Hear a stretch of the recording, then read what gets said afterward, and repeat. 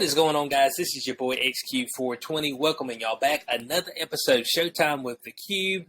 Tonight, we've got our own council, okay? We've got the powerful Corey Hughes. Corey, how you doing? Good, thank you. And then we've got the aficionado, Ryder Lee, another variant. How you doing? What's up, Cube?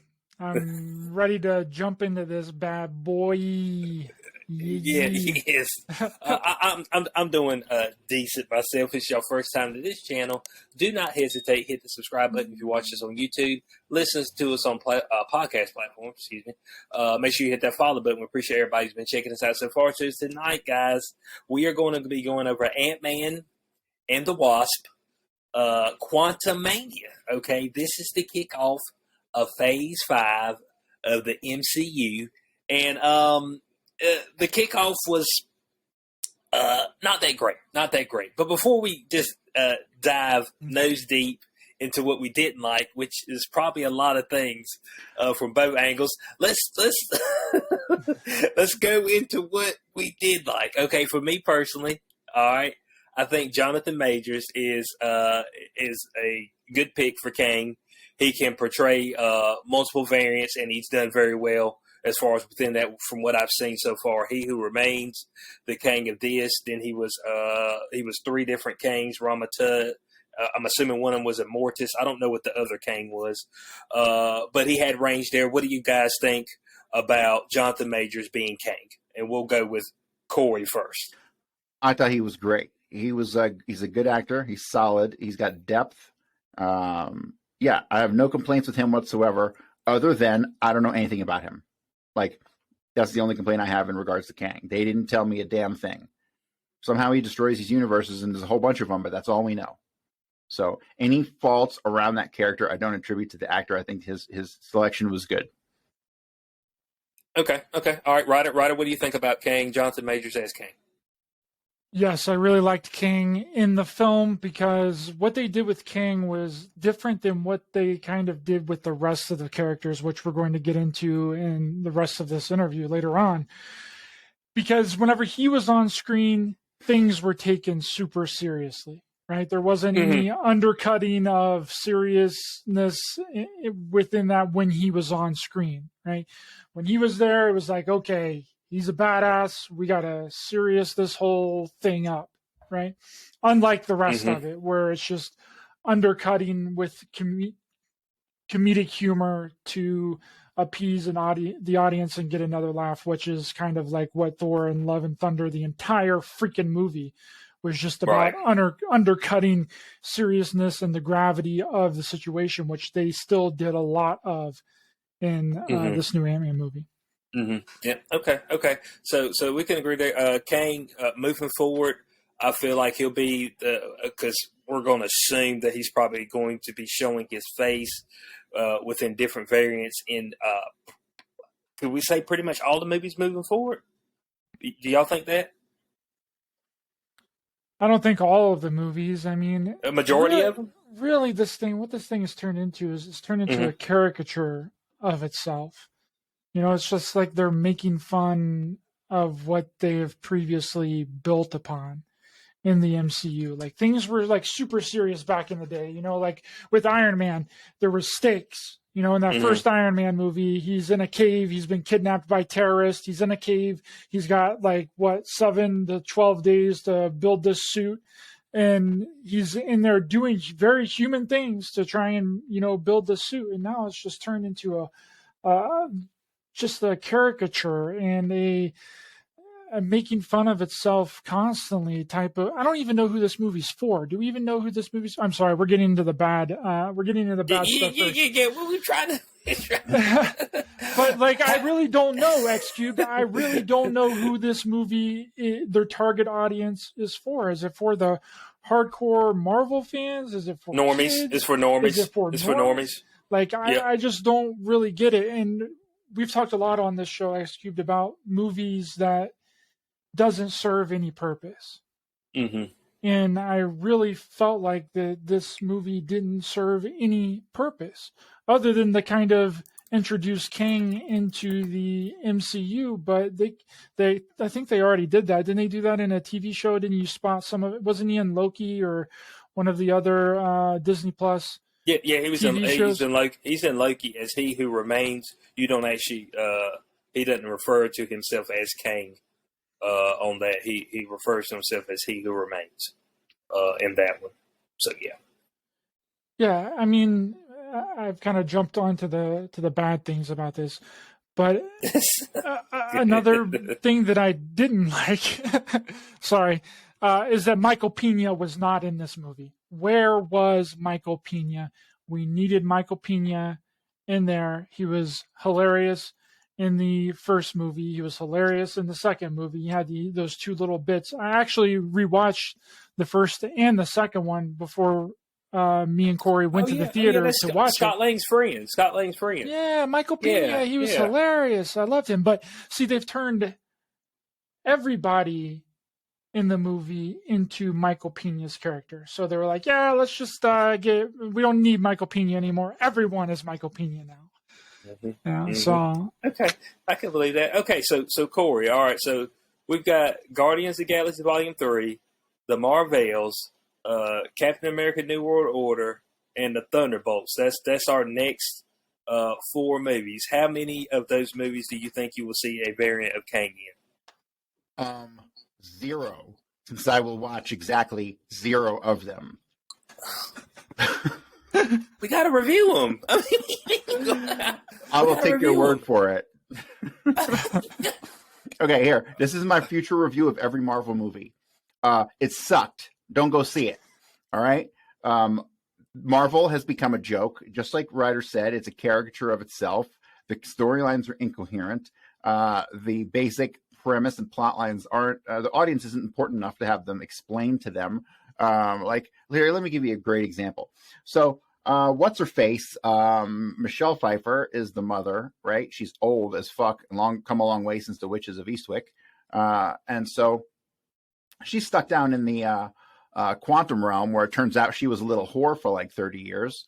And besides being a whore for 30 years, she was hooked up with Kang, right? And she probably led to all the trouble that started with Kang in the quantum realm in the goddamn first place.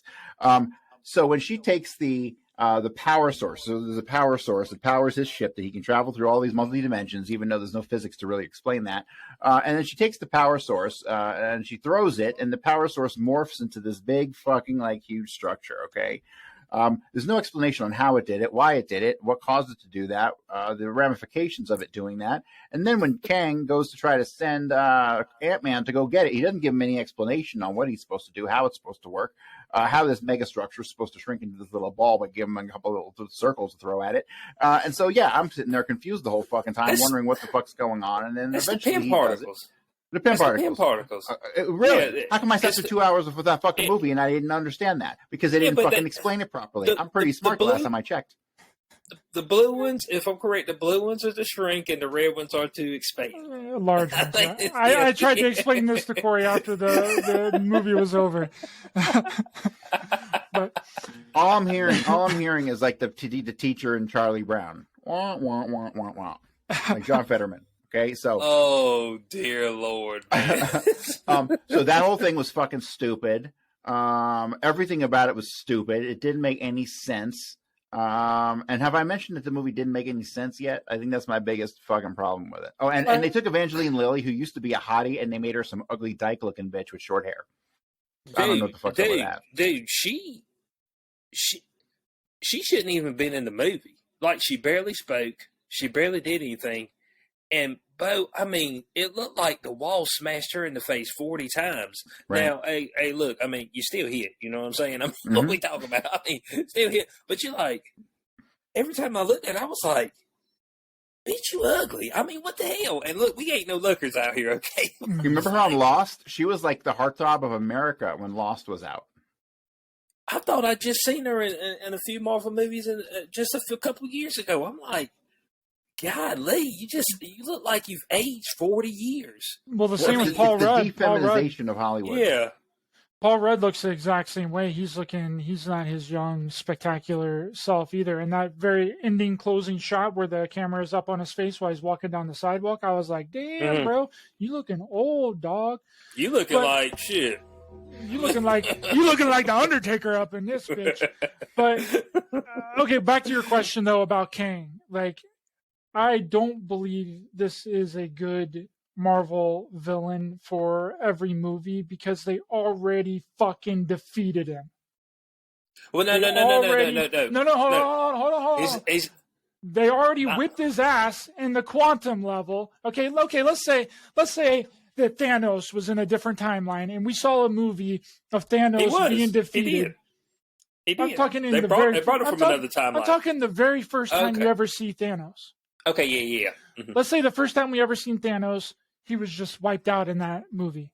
Would they have been able to do Endgame and Infinity War the way that they did it? No, they wouldn't have. They just killed if this is their big bad character, they just killed him in the very first movie that he was in. And now he's how not big dead, and bad? Well, of course, when you take in all the freaking stupid other different timelines, like every one of these. No, I'm not even talking about that. I'm not even talking about that. All Ant-Man did was suck him into the actual whatever they call that, the paracausal. So he'll be sitting there infinitely going through like Ant-Man did when he was trying to make his scepter small again. He didn't kill Kang. He didn't kill that Kang.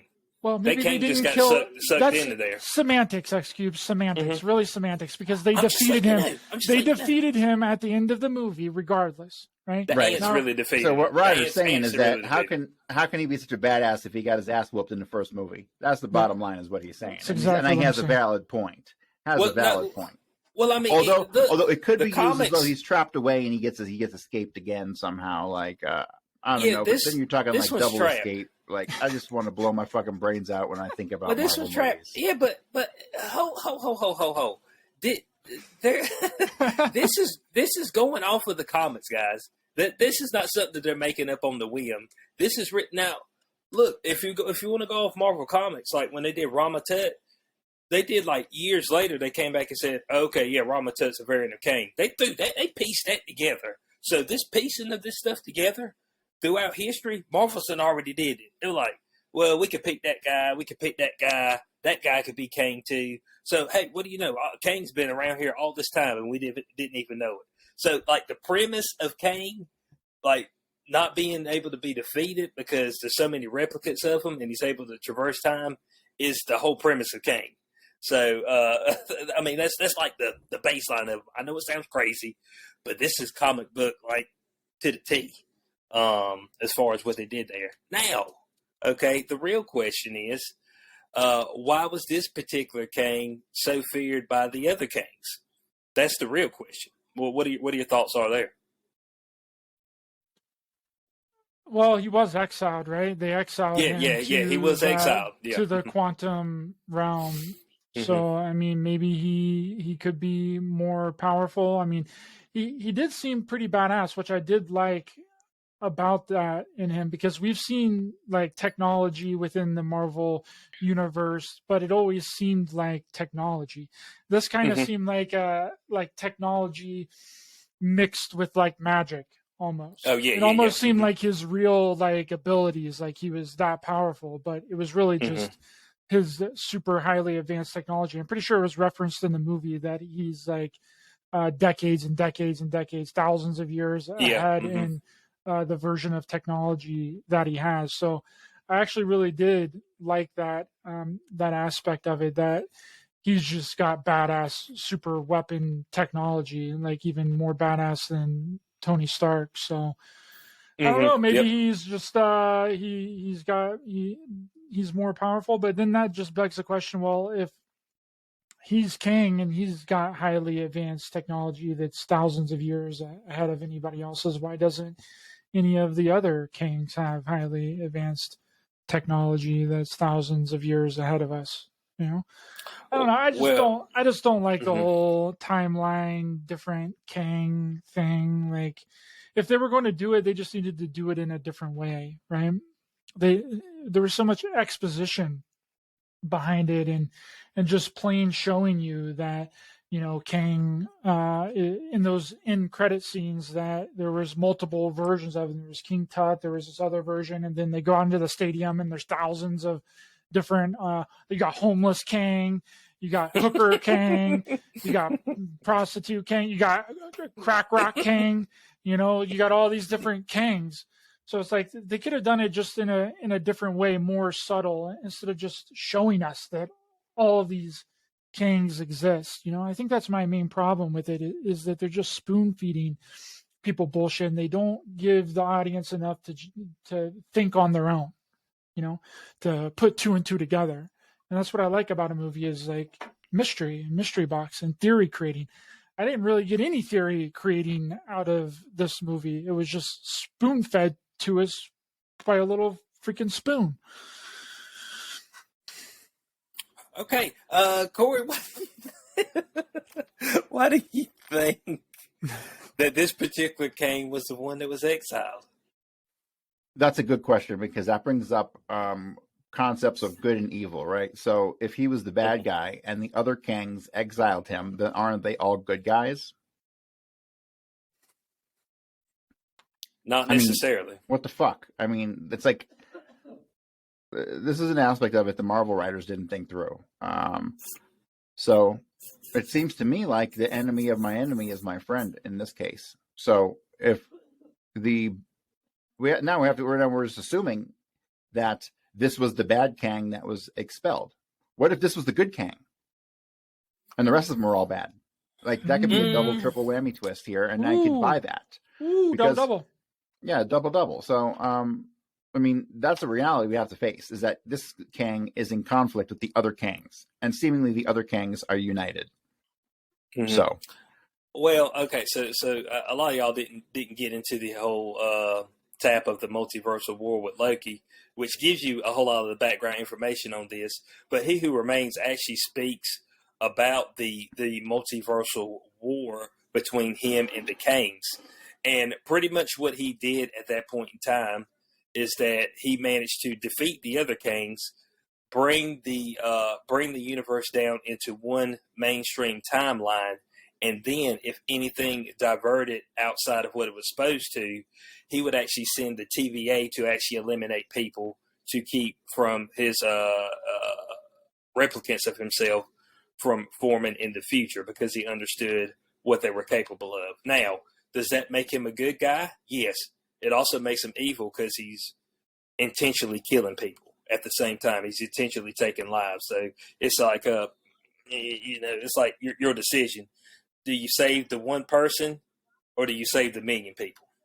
So that's the whole premise of the particular Kang. So I don't know. I don't believe it was this Kang that was doing that. I think in the second post-credits scene with the Victor Timely, that's the actual one who began the TVA, and that's the one I believe who actually got everything down into one universe before it started branching out. But if you remember from the other post-credit scene, that the Immortus, which is what we're assuming, he does speak like, hey, they're starting to tap into the multiverse and they're going to destroy everything that we've worked for. And when he says they, he's talking about Doctor Strange. He's talking about the Scarlet Witch, Spider-Man. That's what they're speaking about there. So their whole premise is like, hey, other people are figuring out this multiverse thing, and they ain't supposed to have access to this.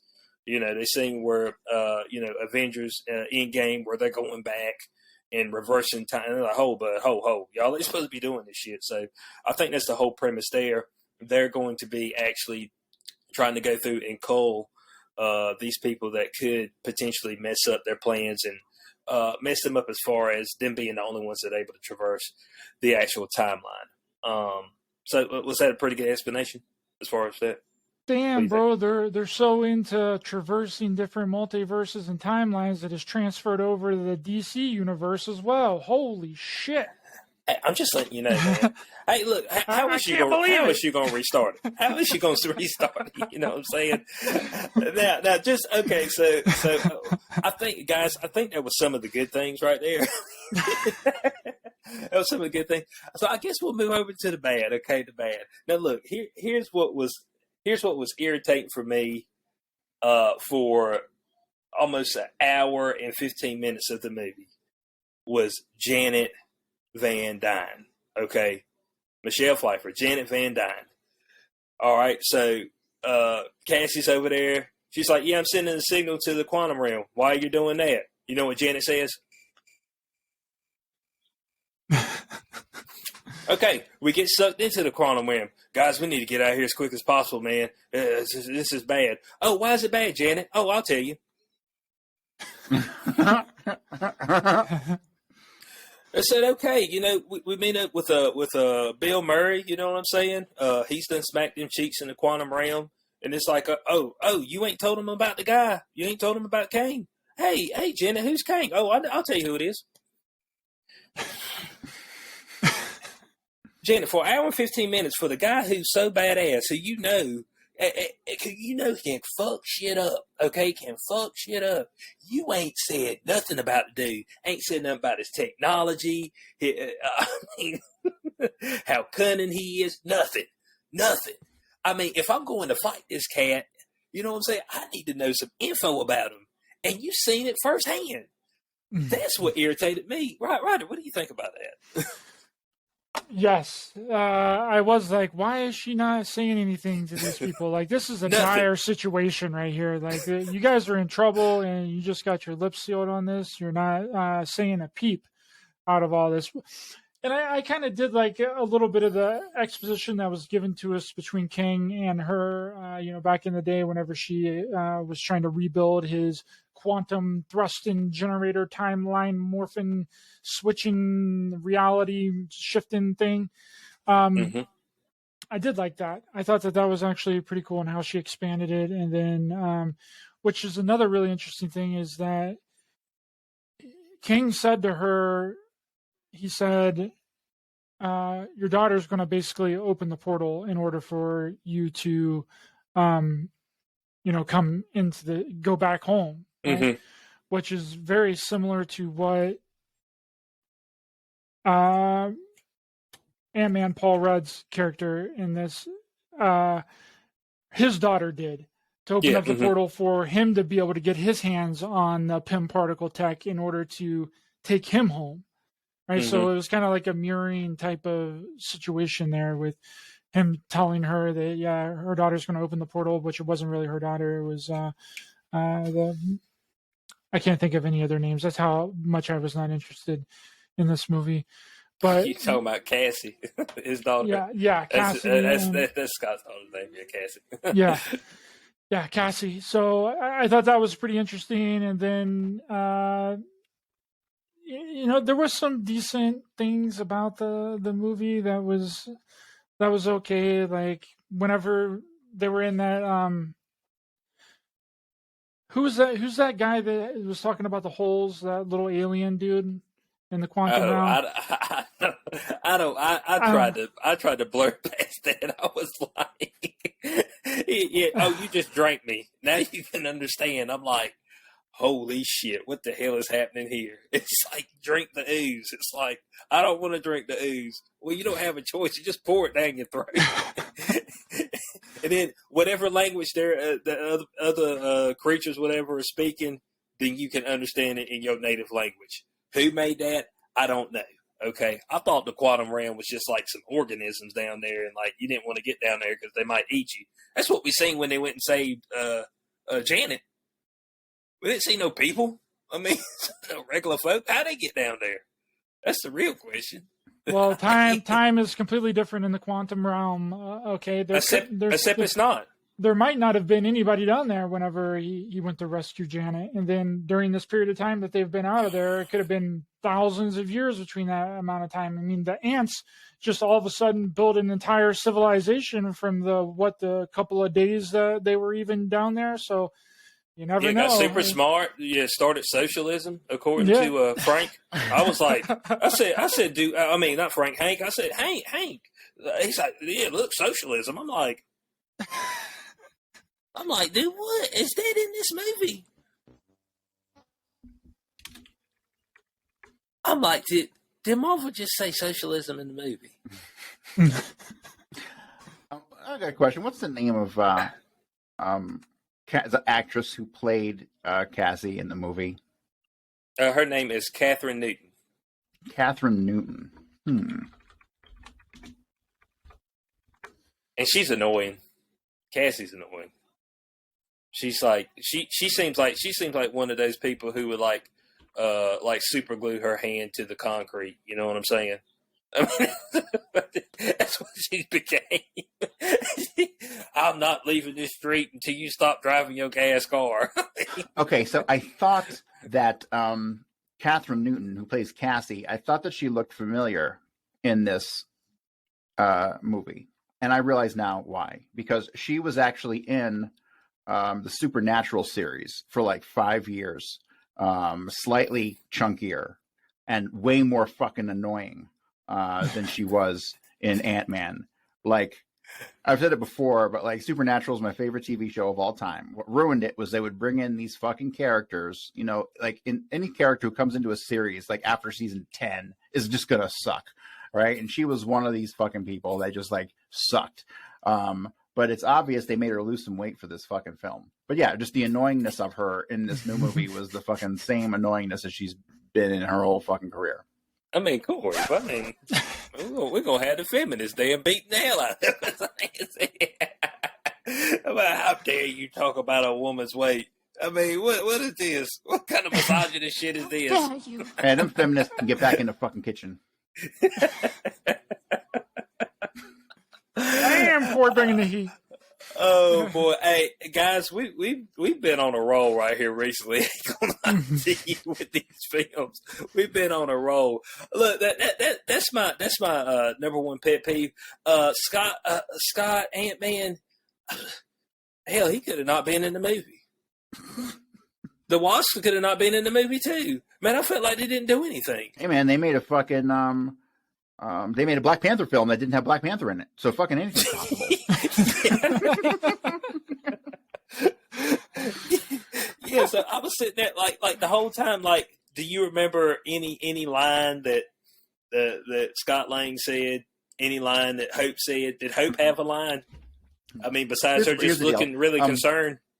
Marvel doesn't give a fuck about you, the audience. They don't give a fuck about quality storytelling. They don't give a fuck anything about pumping out bullshit movies to make lots of money for their shareholders. Okay, like fuck these people. They're not creative in any way. This is what happens when corporations write stories. They just turn out like dog shit. There's no soul in it. There's no heart in it. Nobody gives a fuck. I hope Kang takes over the universe and kills the whole fucking thing. Okay, that would be a win in my book.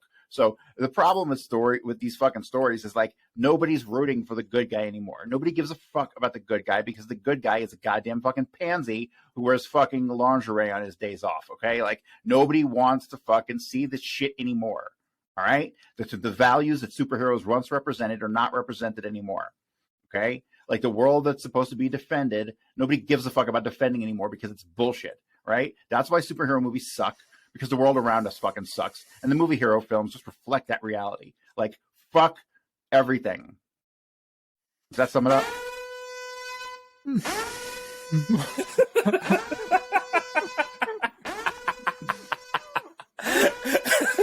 I mean,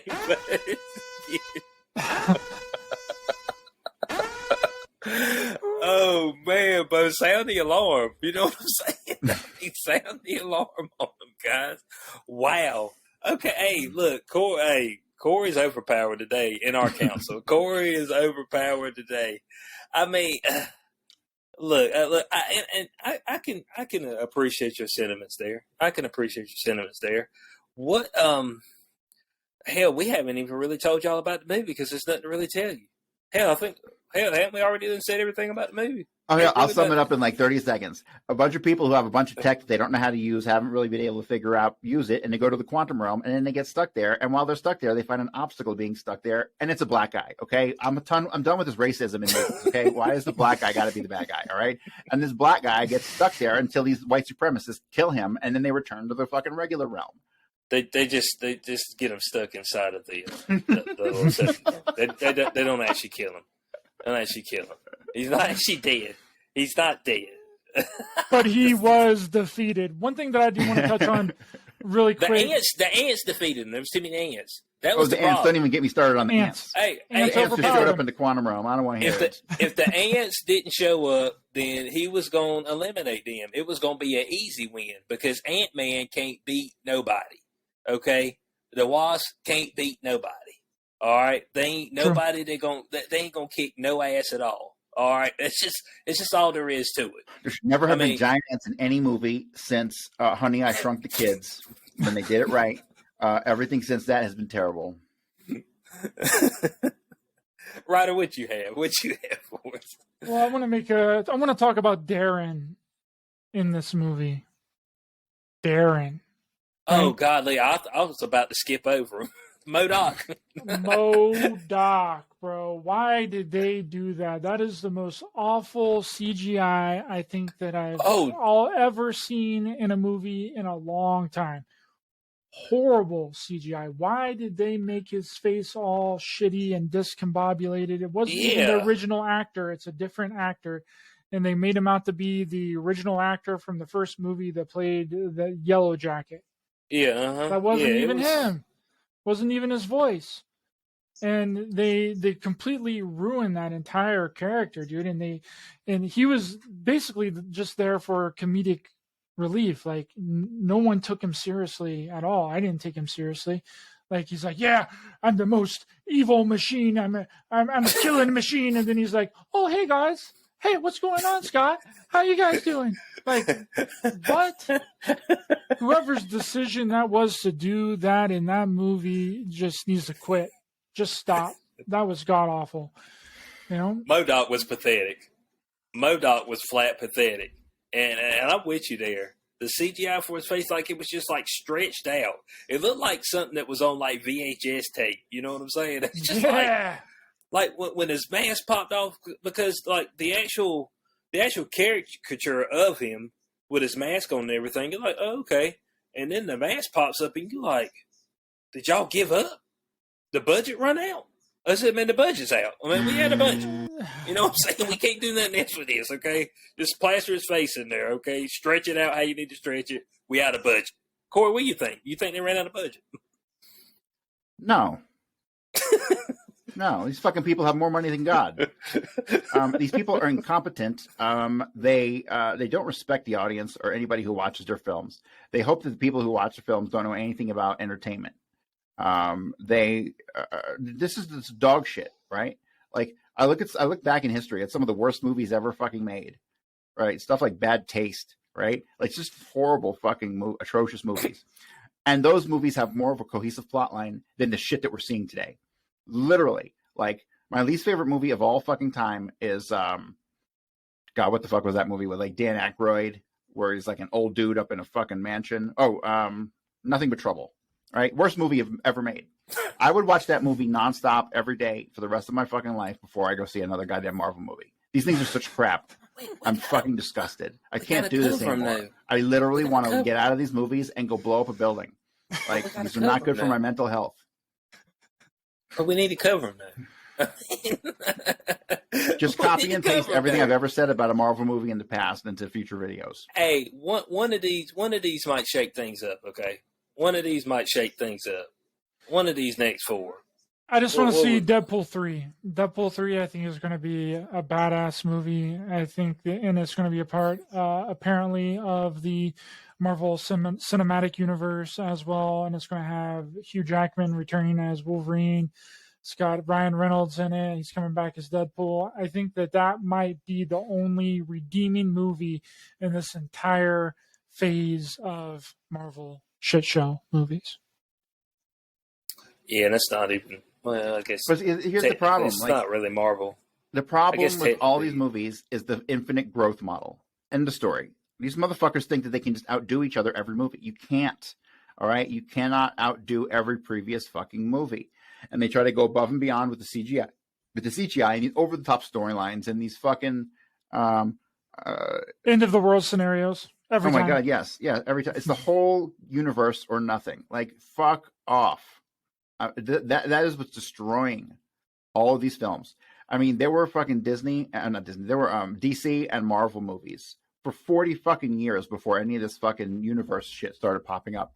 And they might have been bad in their own right, but they weren't fucking horrible as a collective, right? They all had their own problems, but they were all entertaining in their own way.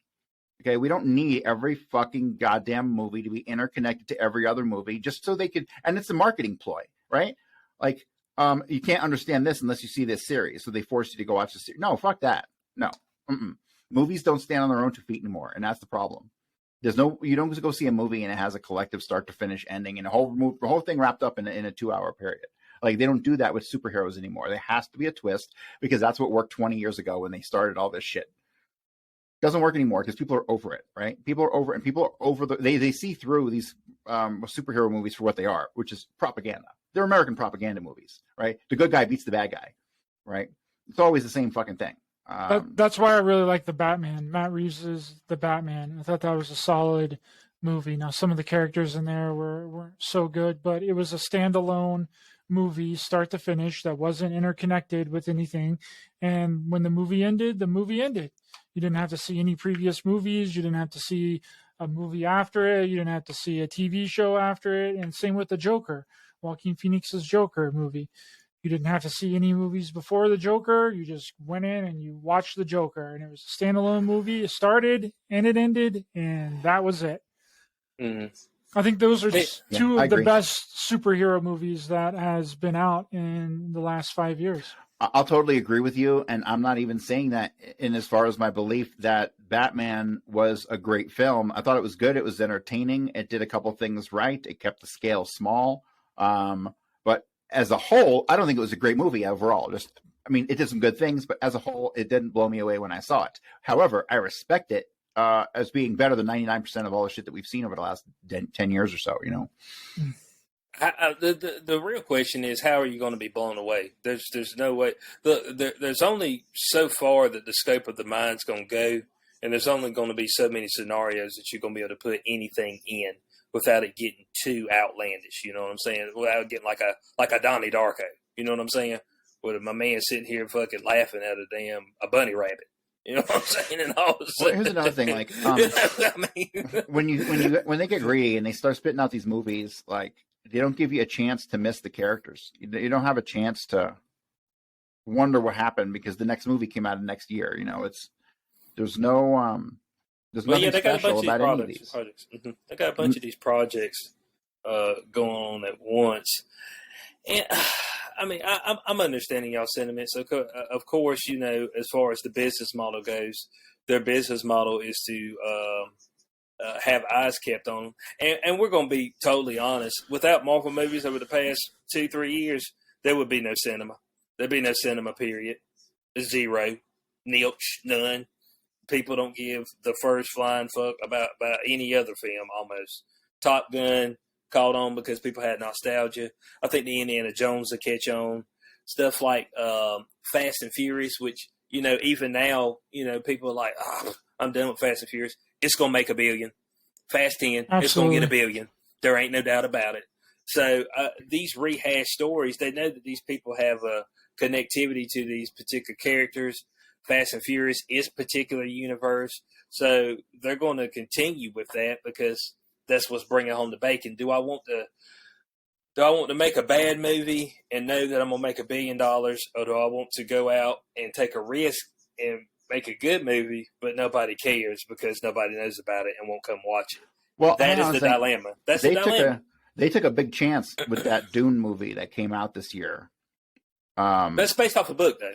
Right, but they did take a big chance because it's like 3 hours long, and they only told half the fucking book in 3 hours. I mean, that was a big chance, and it paid off. Because Dune is a weird one. It's a big science fiction epic, but it's not like Star Wars. That's like pop culture catchy. You know what I mean? There's a lot of subtle things in Dune. There's a lot of deep storylines that are going to go right over most people's fucking heads, really. I'm really greatly surprised that they were able to do that. They took the chance and it fucking paid off. And they're going to continue the series, which will be, if they continue it on the scale of the first one, it could be one of the best series ever, up there with like Lord of the Rings, because the Dune books to come are the best science fiction ever written, period. I think that you're right about them not taking a chance on a lot of shit. These fucking Marvel movies, man, I just want to fucking cry. I'm just like, you're fucking kidding me. Like, I can't help but think that this is part of the intentional destruction of like, American culture by destroying our, the things that we truly loved throughout history, like Marvel and DC Comics. For 100 years, people have loved these things. Like, forget about the movies. Like, Marvel and DC has been a staple of American culture, and now they're dog shit. Well, we know that there's good writers out there. They can do some superhero stuff. I mean, the Samaritan. I mean, that's just the approach they took to that particular film. Because it was because it was not original at all, none of it. But it was fucking picked from 1980s storylines, which was great. Mm-hmm. It was long enough for people to forget the storylines of the 80s, because every goddamn action adventure movie of the 80s was fucking Samaritan. Every fucking movie had the fucking the street gang who dealt the drugs, and everybody knew about them, and they were, that was a trope that nobody saw for like 40 years. That's why it worked. You know what I mean? So my recommendation to these people: go back to the 80s, or go back even further, go to the 70s. Start watching some Dirty Harry movies and shit. That is a little bit too raw, man. Those are raw as fuck. That's a little bit too raw for today's folks. You know what I'm saying? I mean, we got Gen Z. They scared to get the driver's license right now. So you know what I'm saying? I mean, that's a brutal movie. I watched part of like Sudden Death recently, and it was like, just the way they talked about people, and it was just like unfucking believable. Oh yeah. It's a little wild. So you see that rape victim last night? Man, they sure passed her around. Like that kind of shit. Like you're like, whoa. Oh, good God! Wow, it's a little tough.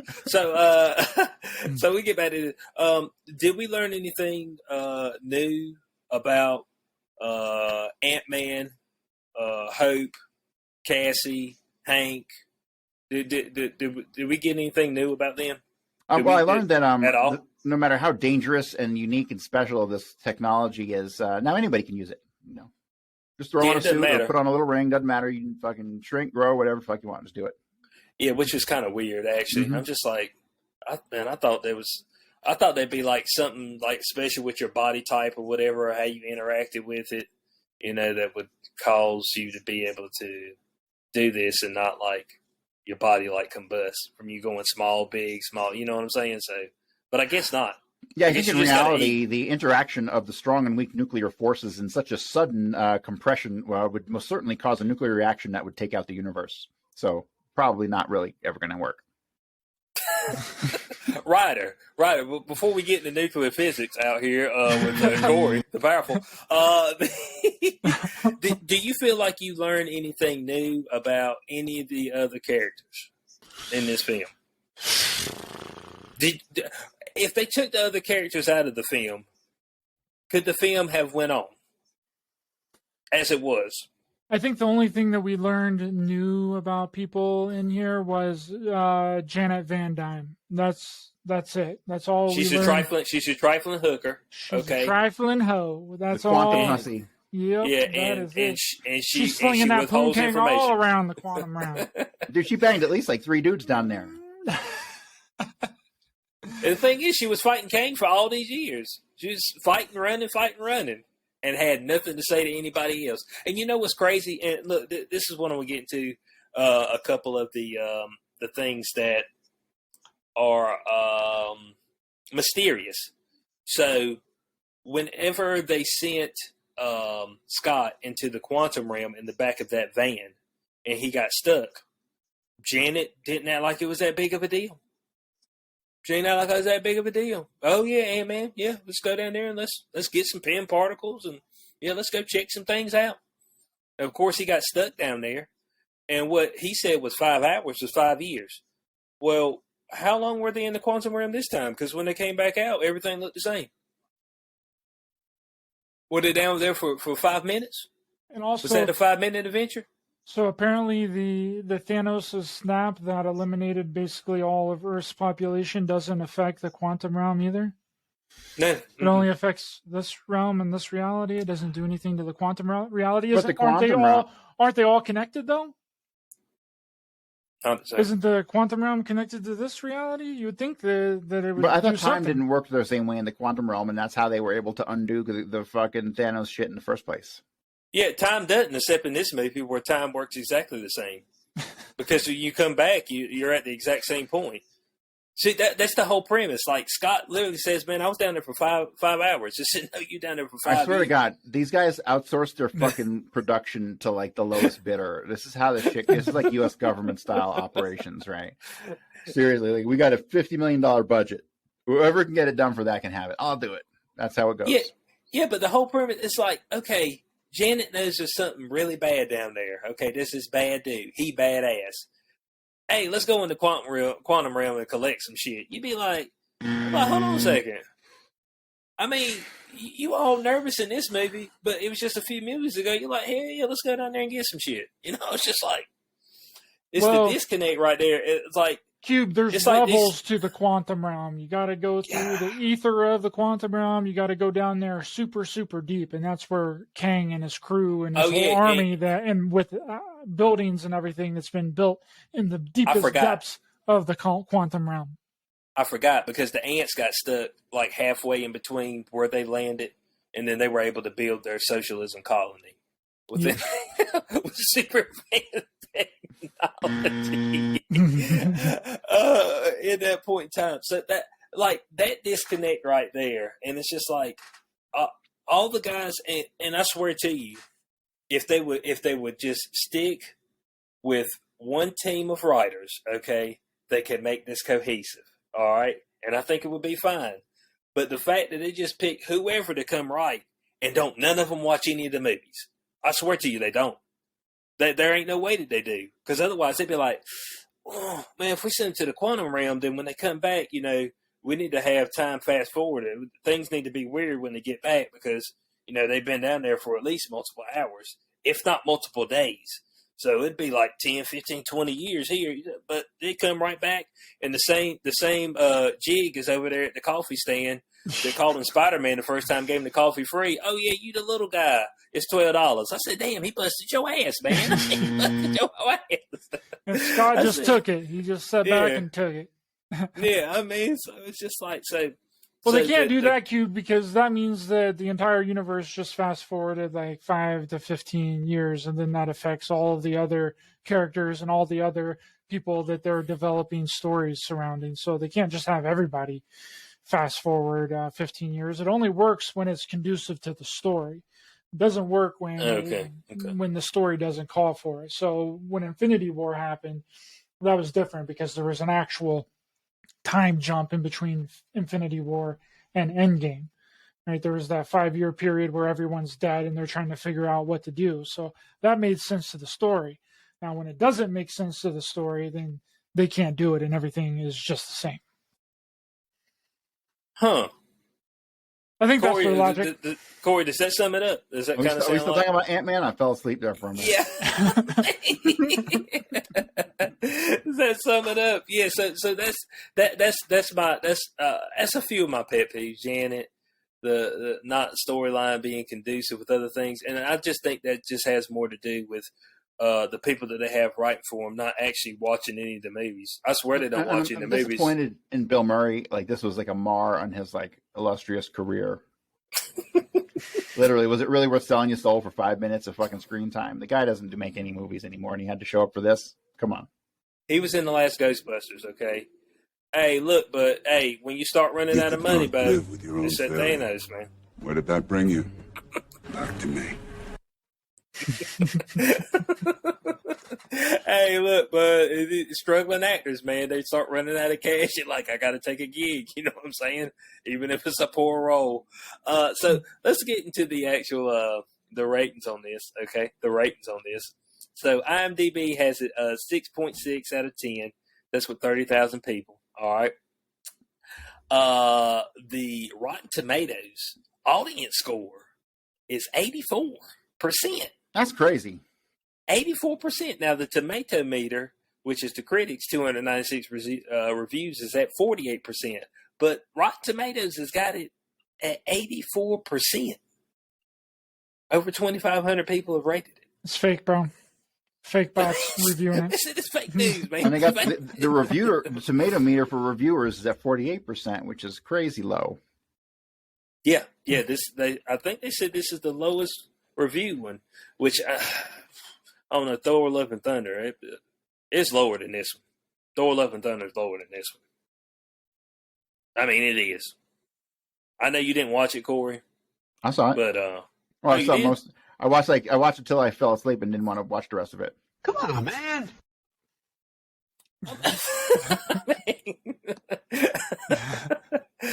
So Corey officially hasn't watched it. He might have watched 20 minutes. I mean, he's like, yeah, I'm done. So okay. This is a phenomenon unique to Marvel. Like, even DC ain't this bad. Even my problems with Shyamalan were fucking political in nature, not entertainment value. So the only company that's consistently putting out absolute fucking dog shit is Marvel. Period. Across the board. They just fucking suck. The biggest fucking Hollywood dick ever. They're terrible. Like, they shouldn't be a company. Like, we need to have antitrust violation fucking investigation go in and just split up the company. Like, you guys make too much garbage. That's what they need to do. The government needs to step in. Yeah. Now I will say this. My girlfriend, after we came out of the theater last night, she was like, that Knock at the Cabin that we watched the other week was leagues better than this. She said, I ain't like it at all. I was like, you're right. You're right. I mean, it just is what it is. And Corey gave that a 0. So, I mean, it's got to get a negative. You know what I'm saying? If I could give it a negative, I'd give it a negative. I'm just going to abstain from giving it a rating because it doesn't meet my definition of a movie. Oh, so it's going to be trash. So it's not available. Is that what you're telling me? NA. Currently unavailable. The drum roll, please. Riley. Riley, how many cubes? 3.5 cubes out of 10. Corey's NA, okay? The overpowered one's NA. I'm going 3 out of 10 cubes. When you say room for improvement, that's an understatement for this particular film. No need to go watch it in theaters, guys. If you hadn't went and watched it yet, there's no need to go watch this in theaters at all. Unless you just want to. You just want to have a date night. Just go to do something. And one more thing that I learned in the theater is that there actually was 2 goddamn post-credit scenes, which I think is abhorrent. Like, how dare they make people stay through the whole fucking 8 minutes of credits to see a bullshit fucking scene at the end of the movie? Okay, like, no, sorry. That scene's setting up. You're only supposed to have 1 cutscene after the credits, not 2, and it should be midway, not at the end. And like, I'm upset by this whole thing. They've had a couple of these Marvel movies that had two cutscenes, but that particular cutscene at the end is setting up Loki season 2, which is supposed to be coming out this year. See, this is like a multi-level marketing scam. And if you want to make the money, you got to buy the product. And like, this is what I feel like. They're doing all the shit to make sure I absorb all the content, and it's all crap. And I'm tired of it. I'm tired of it. Marvel, like, straight to the gulag. God almighty.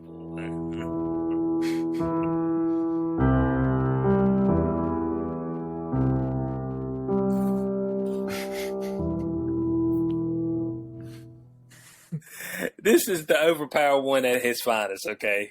This is what this is right now. So Corey is abstaining from rating this, so not rate it, because he rated Knock at the Cabin to 0, which I'm not sure how he did that, but he did do it. So he damn sure can't rate this. And he may not be able to rate any movies going forward, okay? I'm going to create a different scale for like horrible movies. Corey, I don't think you're going to be able to rate any movies going forward. None of them are going to reach your standard. I mean, it's just not going to. You mean, man. Like, none of them are going to be entertaining? I think that's the standard. They need to be entertaining, and they're not. I mean, it might have a couple of entertaining moments, but overall, not very. The rating system might just need to be revised to thumbs up, thumbs down.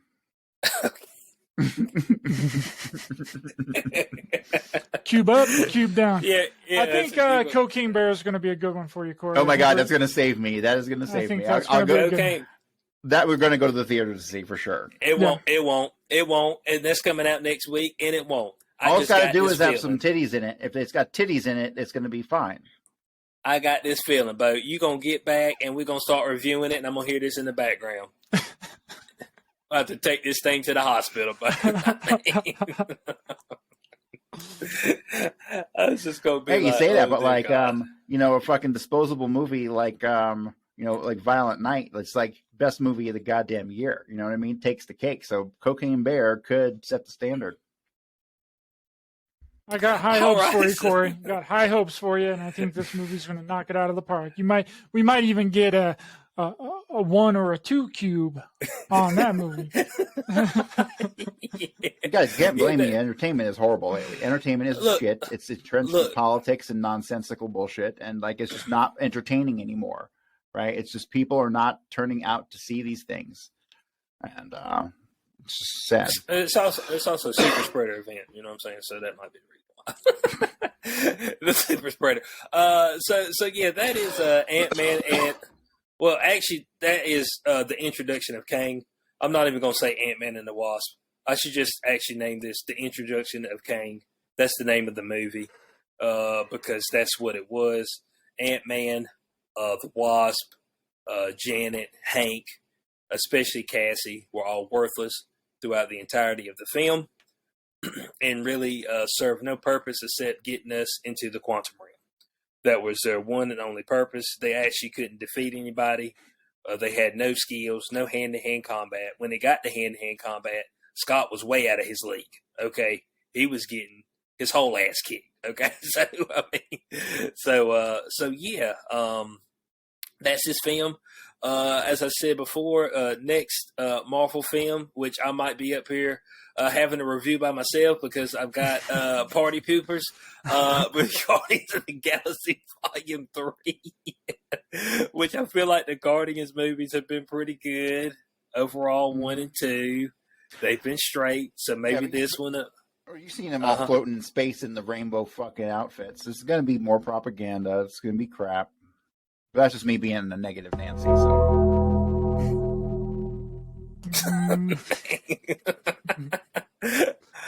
So guys, that'll be our next one. Now look, I know one that I will be reviewing by myself. It'll be the Marvels. So this about that. I ain't watching that shit. I'll be reviewing that by myself, guys. So. Did you see the meme that fucking Nerderotic posted of the Marvels poster? Oh yeah. It was beautiful. I seen that. Hey, look, I'm gonna get these guys to get a copy that may not be in theaters at the moment, but they will pay for said copy, and they'll watch it and they'll help me do a review on it. I hope. All right. This is months away, so maybe the feelings will change. Maybe we'll watch a couple good films, and they'll be like, okay, I can handle a stinker, seeing how we watch so many good films. We got John Wick coming up. We got some good ones. We got some good ones. Okay, John Wick, that'll be badass. Yeah, I saw we saw the trailer for that when we were watching Ant-Man. I thought it looked good. All of them have been solid. And it's just been about kung fu gunfighting. Like, what's more badass? It's a simple concept. All you need is Keanu Reeves killing people. That's the fucking movie. It don't even need more than that, and they don't try to be more than that. That's why they're so good. Yep, I agree. There you go. So, guys, we appreciate everybody for coming out, checking us out on this episode of Showtime with the Cube. From our council of variants, the overpowered one, the aficionado, and your boy himself, XQ420. We'll catch y'all on the next Showtime with the Cube. And I actually want y'all to watch the menu if you can, because that's actually pretty good. The menu? I saw it. It's really good. Yeah, it's a bit different. Okay. Corey, have you seen the menu yet? No, but I'll watch it. Okay, check the menu out. I want to do a review of that because it's actually they got a couple quotes in there that actually kind of talk about times now, but we're not going to get into that. But we'll catch y'all on the next Showtime with the Q. Be on the lookout for that. Me and Ryder should be coming out with our episode of The Last of Us early next week, so be on the lookout for that. And we probably need to hit a few trailers as well. Fast and Furious. We're going to have to. So we'll catch y'all on those, and I'll get up with y'all on that. So we appreciate everybody checking us out. We'll catch y'all on the next one. Peace out.